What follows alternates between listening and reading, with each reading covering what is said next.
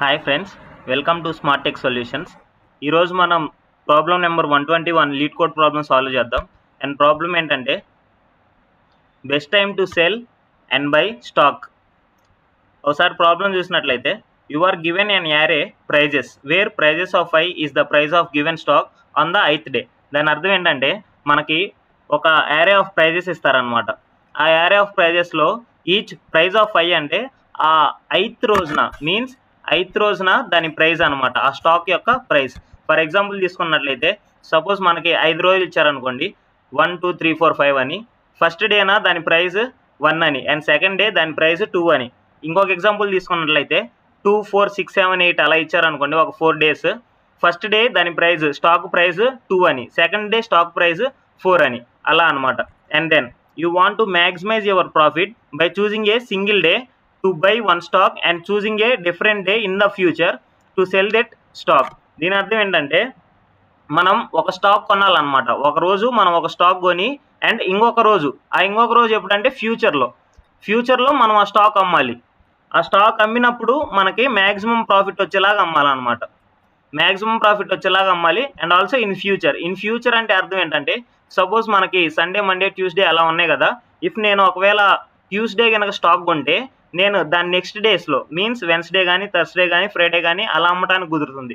అలా కాకుండా నేను ట్యూస్డే స్టాక్ కొన్నా అనుకోండి, సండే కానీ మండే కానీ అమ్మటానికి కుదరదు అనమాట. అది ఇన్ ఫ్యూచర్ అంటే అర్థం. And return the maximum profit you can achieve from this transaction. మనం ఏం రిటర్న్ చేయాలి? మ్యాక్సిమం ప్రాఫిట్ రిటర్న్ చేయాలి. అండ్ ఆల్సో ఇఫ్ ఒకవేళ మనకి మ్యాక్సిమం ప్రాఫిట్ కనుక ఏం అచీవ్ అవ్వకపోతే, if you cannot achieve any profit return 0, మనం 0 రిటర్న్ చేసేయచ్చు అనమాట. ఒకసారి ఎగ్జాంపుల్ చూసినట్లయితే ఎగ్జాంపుల్ 1 చూడండి. ప్రైజెస్ ఏమేమి ఇచ్చారు? 7 1 5 3 6 అండ్ 4. దీంట్లో మినిమం వాల్యూ ఎంత? 1, మ్యాక్సిమం వాల్యూ ఎంత? 7. సో ఇఫ్ ఒకవేళ 7 - 1 చేస్తే మనకి 6 అవుట్పుట్ రావాలి. బట్ ఇక్కడ అవుట్పుట్ ఎంత వచ్చింది? 5. ఎందుకంటే మినిమం వాల్యూ 1, మ్యాక్సిమం వాల్యూ 7 కాదనట్లేదు. కాకపోతే 7 ఎక్కడుంది? 1 కంటే ముందు ఉంది. మీన్స్ ఇఫ్ మనం బై చేసిన స్టాక్ ప్రైస్ 1 అనుకోండి, మనం అమ్మటానికి ఎప్పుడు కుదురుతుంది? ఫ్యూచర్లో కుదురుతుంది. లేదా అంటే 5 3 6 అండ్ 4 ఈ టైంలోనే కుదురుతుంది అనమాట. 7 ఉన్నప్పుడు మనం అమ్మలేం. సో అందుకని 1 తర్వాత ఉన్న మ్యాక్సిమం వాల్యూ ఎంత? 6. 6 - 1 5. అందుకని అవుట్పుట్ 5 వచ్చింది. ఒకసారి ఎక్స్ప్లెనేషన్ చూసినట్లయితే by on the stock day 2. Day 2 అంటే ఇక్కడ ప్రైస్ 1 అనమాట. And cell on day 5. Day 5 అంటే 1 2 3 4 5 6 అనమాట. ప్రైస్ 6 ఉంది. అండ్ ప్రాఫిట్ ఎంత? 6 - 1 విచ్ ఈస్ 5. ఒకసారి నోట్ చూడండి. Note that buying on day 2 and selling on day 1 is not allowed. Day 2 అంటే 1 అనమాట. డే 1 అంటే 5. డే 2లో కొని డే 1లో అమ్మడం కుదరదని చెప్తున్నాడు. ఓకేనా? అదే మనం ఇందాక డిస్కస్ చేసాం కదా సండే మండే ఎగ్జాంపుల్ చెప్పుకొని. ఇన్ ఫ్యూచర్లో అమ్మటానికే కుదురుతుంది. మనం తర్వాత రోజు అమ్మటానికే కుదురుతుంది, ముందు అమ్మటానికి కుదరదు. అండ్ ఎగ్జాంపుల్ 2 చూసినట్లయితే ఇక్కడ ఇచ్చిన ప్రైజెస్ ఏమేంటివి? 7 3 7 6 4 3 అండ్ 1. ఫస్ట్ వాల్యూ తీసుకున్నట్లయితే 7 కంటే నెక్స్ట్ ఉన్న వాల్యూస్లో మ్యాక్సిమం వాల్యూ ఏమైనా ఉందా? లేదు. సో నెక్స్ట్ ప్రైస్ తీసుకుంటాం. నెక్స్ట్ ఎంత? 6 కంటే తర్వాత ఉన్న వాల్యూస్ లేదన్న మ్యాక్సిమం ఉందా? లేదు. అండ్ 4 కూడా అంతే, 3 అంతే అండ్ 1 అంతే. అందుకని ఏమి మనం ప్రాఫిట్ అచీవ్ చేయలేం కాబట్టి అవుట్పుట్ 0 వచ్చింది అనమాట.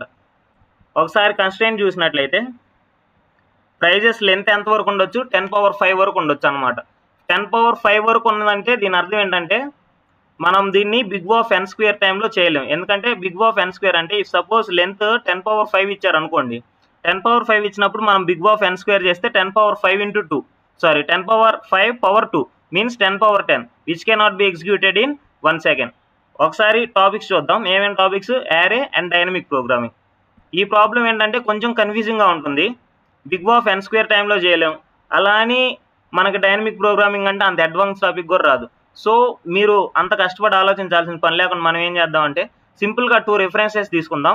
ఇన్ లాంగ్వేజ్ కోడింగ్ లాంగ్వేజ్లో దాన్ని ఏమంటారంటే 2 పాయింటర్స్ అంటారు.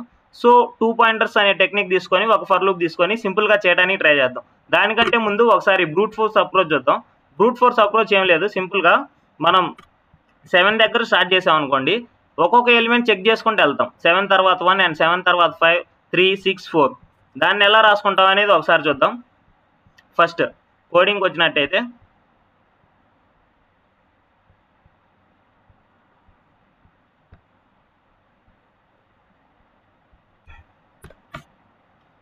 ఫస్ట్ మనం అన్ని వాల్యూస్ ఒక్కొక్కటి చెక్ చేసుకుంటూ వెళ్ళాలి కాబట్టి దానికోసం మనం ఒక లూప్ తీసుకుంటాం.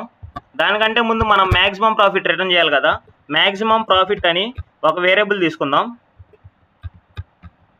మ్యాక్సిమం ప్రాఫిట్ స్టార్టింగ్లో 0 తీసుకుందాం. ఎందుకంటే మనం ఒకవేళ ఏ ట్రాన్సాక్షన్ కనుక మనకు దొరకకపోతే మనం 0 రిటర్న్ చేయాలి కాబట్టి డైరెక్ట్ మనం స్టార్టింగే 0 తీసేసుకుందాం. సో అన్ని ఇటరేట్ చేయడానికి ఫస్ట్ ఒక లూప్ తీసుకుందాం. For i in range of prices length ఎంత అయితే ఉండిద్దో మనం అన్నిసార్లు ఇటరేట్ చేయాలి. For i in range of prices. Okay, then మనం ఇక్కడ ఎగ్జాంపుల్ ఒకసారి కాపీ పేస్ట్ చేసుకుందాం. మనం రెఫరెన్స్ చేసుకోవడానికి బాగుండిద్ది.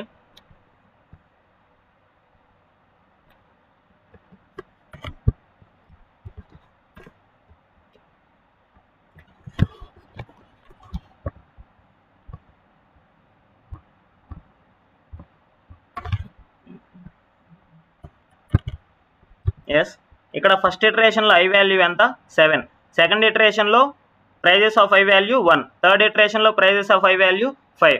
ఓకే, ఇప్పుడు మనం 7ని బేస్ చేసుకొని మిగతా ఎలిమెంట్స్ అన్నీ చెక్ చేసుకుంటూ వెళ్తాం అనమాట. సో మిగతా ఎలిమెంట్స్ అన్నీ చెక్ చేసుకుంటూ వెళ్ళడానికి మనం ఇంకొక లూప్ తీసుకుంటాం.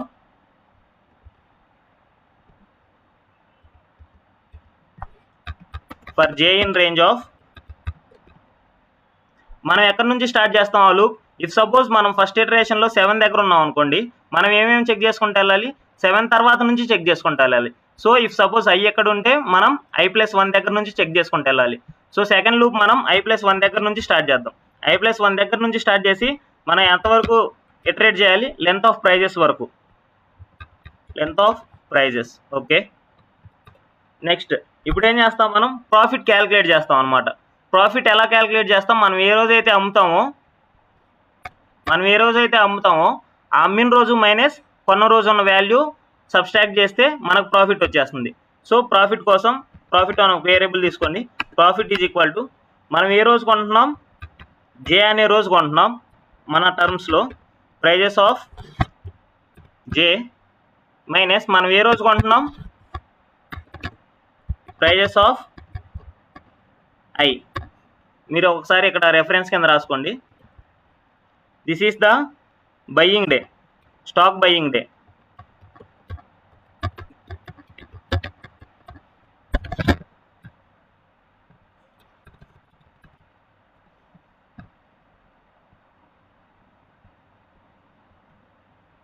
This is the stock buying day,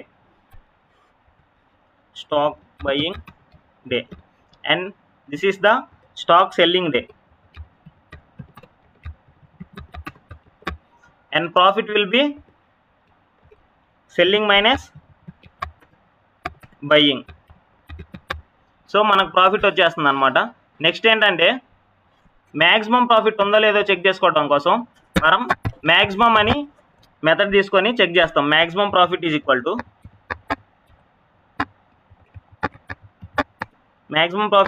to max of maximum profit comma profit. Next మనం ఏం రిటర్న్ చేయాలి, మ్యాక్సిమం ప్రాఫిట్ రిటర్న్ చేస్తే సరిపోతుంది. సో మనం అది రిటర్న్ చేద్దాం. రిటర్న్ మ్యాక్సిమం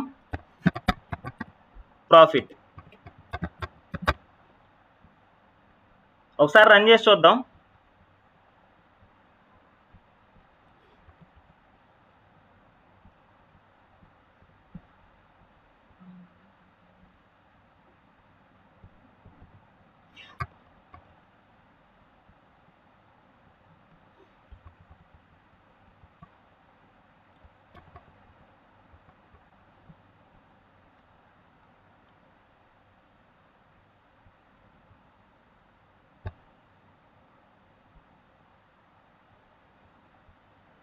ఇక్కడ మనకి కనిపిస్తున్న టెస్ట్ కేసెస్ అయితే సక్సెస్ఫుల్గా పాస్ అయిపోయాయి.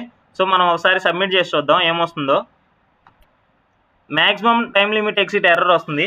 ఎందుకంటే ఇక్కడ మన కన్స్ట్రెంట్ చూసుకున్నట్లయితే 10⁵ ఉన్నాయి అనమాట. 10⁵ అంటే ఇప్పుడు మనం ఇక్కడ 2 లూప్స్ తీసి రాసుకున్నాం. ఒక ఫర్ లూప్ లోపల ఇంకొక ఫర్ లూప్ రాసుకున్నాం. అలా రాసుకున్నప్పుడు ఏమవుతుందంటే అది బిగ్ ఆఫ్ n² అవుతుంది. ఇక్కడ చూడండి టైం లిమిట్ ఎక్సిట్ ఎర్రర్ వచ్చింది. 198 టెస్ట్ కేసెస్ బాగానే పాస్ అయ్యాయి, అండ్ రిమైనింగ్ టెస్ట్ కేసెస్ అనే వాటికి టైం లిమిట్ ఎక్సిట్ ఎర్రర్ వచ్చింది అనమాట. ఎందుకంటే ఇక్కడ మనం క్వశ్చన్లో కన్స్ట్రెంట్ చూసుకున్నట్లయితే 10⁵ ఉంది. ప్రైజెస్ లెంత్ 10⁵ వరకు ఇవ్వచ్చు.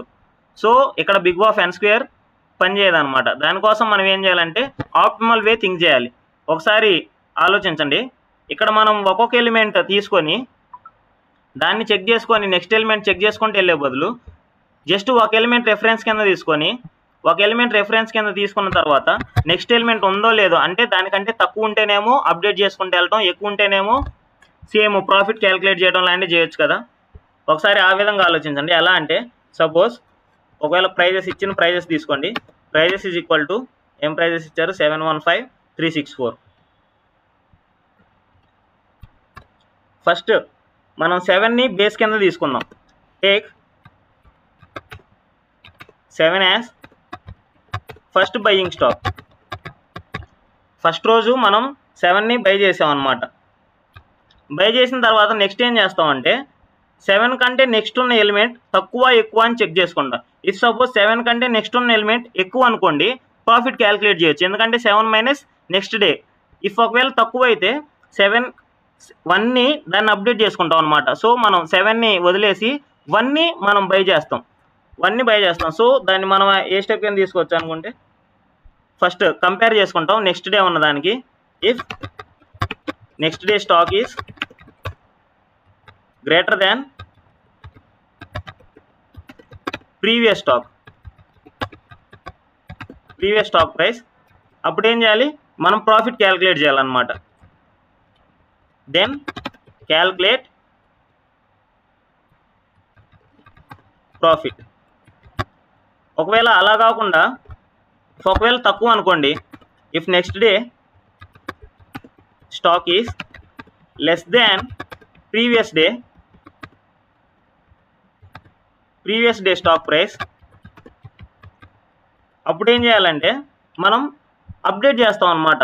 మనం ఆ 7ని వదిలేసి నెక్స్ట్ ఏదైతే స్టాక్ ఉందో దాన్ని మనం బై చేస్తాం. Update the buying stock.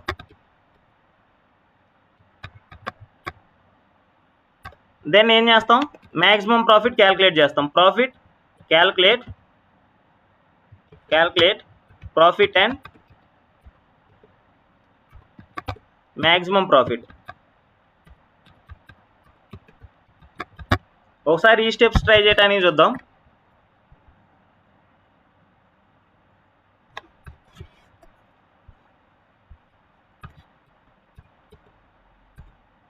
As usual first maximum profit అనే ఒక వేరియబుల్ తీసుకుందాం. Maximum profit is equal to 0, ఎందుకంటే మనం స్టార్టింగ్ రిటర్న్ 0 చేయాలి కాబట్టి. నెక్స్ట్ ఒక లూప్ తీసుకుందాం, ఎందుకంటే 7ని మనం ఫస్ట్ బేస్ కింద చేసుకోవాలి కాబట్టి ఫస్ట్ ఎలిమెంట్ని ఒక లూప్ కింద తీసుకుందాం. దానికంటే ముందు ఒక రెఫరెన్స్ తీసుకుందాం అనమాట. ఆ రెఫరెన్స్ ఏం రెఫర్ చేస్తుందంటే మనం ఏదైతే బై చేస్తున్నామో ఫస్ట్ డే దాన్ని రెఫర్ చేస్తుంది. సో ఫస్ట్ ఏం చేస్తామంటే నెక్స్ట్ డే రెఫరెన్స్ తీసుకోవడం కోసం ఒక వేరియబుల్ తీసుకుంటాం.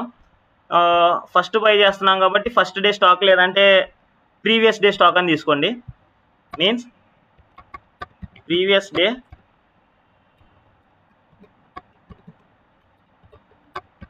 Stock is equal to reference తీసుకోండి జస్ట్ 0 అని. అండ్ నెక్స్ట్ ఏం చేస్తామంటే నెక్స్ట్ డే స్టాక్స్ చెక్ చేస్తాం అనమాట. Next day stock in range of length of prices.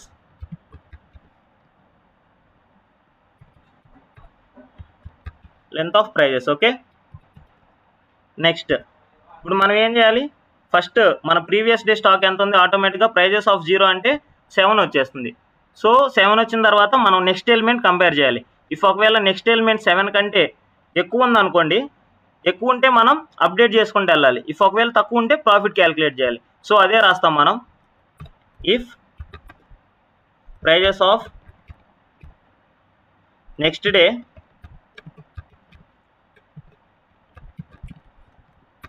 stock is greater than prices of previous day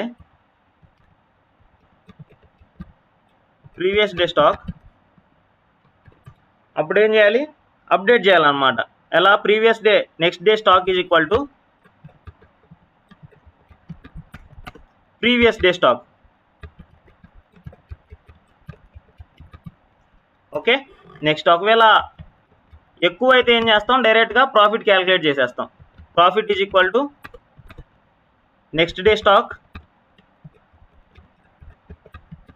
minus previous day stock. Okay, and ఇది ప్రైజెస్లో ఉండాలి కదా, prices of previous and prices of next.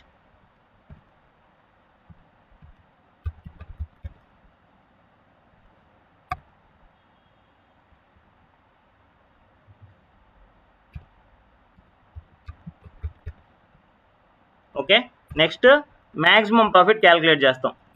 ఇందాక brute ఫోర్స్లో చేసినట్లే maximum profit is equal to maximum profit comma profit. And మనం ఏం return చేయాలి, మ్యాక్సిమం ప్రాఫిట్ రిటర్న్ చేయాలి, రిటర్న్ మ్యాక్సిమం ప్రాఫిట్. ఓకే, ఒకసారి రన్ చేసి చూద్దాం ఏమవుతుందో.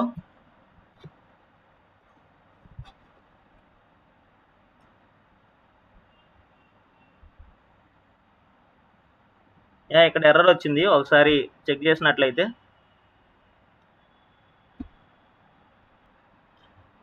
ఇక్కడ మనం prices of right greater than కాదు, ఒకవేళ లెస్ దాన్ అయితే అప్పుడు ఏం చేయాలి, అప్డేట్ చేయాలి.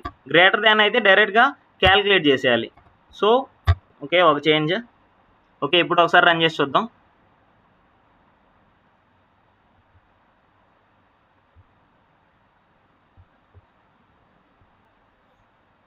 అగైన్ ఇక్కడ మనం 1 దగ్గర నుంచి స్టార్ట్ చేయాలి. 1 దగ్గర నుంచి స్టార్ట్ చేస్తేనే కదా మనకు previous value and next value తెలిసేది. సో ఇప్పుడు ఒకసారి రన్ చేద్దాం.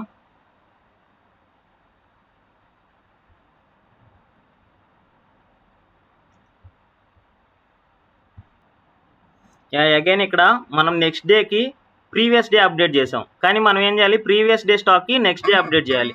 సో అది కూడా ఒకసారి అప్డేట్ చేద్దాం.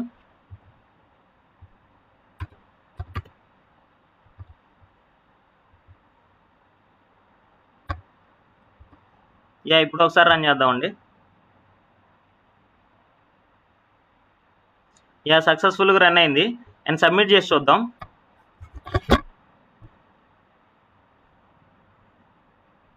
ఇక్కడ అన్ని టెస్ట్ కేసెస్ పాస్ అయినాయి.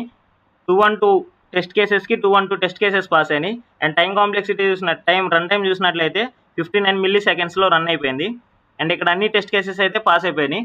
ఒకవేళ ఈ సొల్యూషన్ మీకు మంచిగా అనిపిస్తే బ్రూట్ ఫోర్స్ కంటే ఇలాంటి మోర్ సొల్యూషన్స్ కోసం మన ఛానల్ సబ్స్క్రైబ్ చేసుకోండి. Thank you.